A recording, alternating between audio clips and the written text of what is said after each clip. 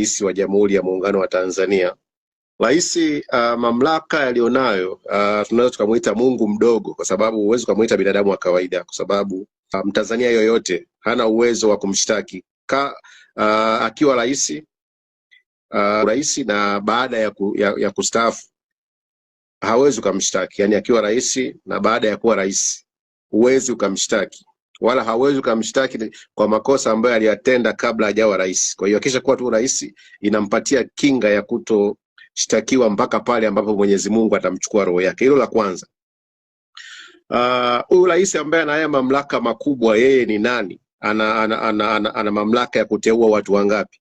Rais anateua watu zaidi ya 2000 Tanzania. Anamteua mkuu wa majeshi, anamteua mkurugenzi wa usalama wa taifa, anamteua IGP, anamteua DPP. Sasa kuna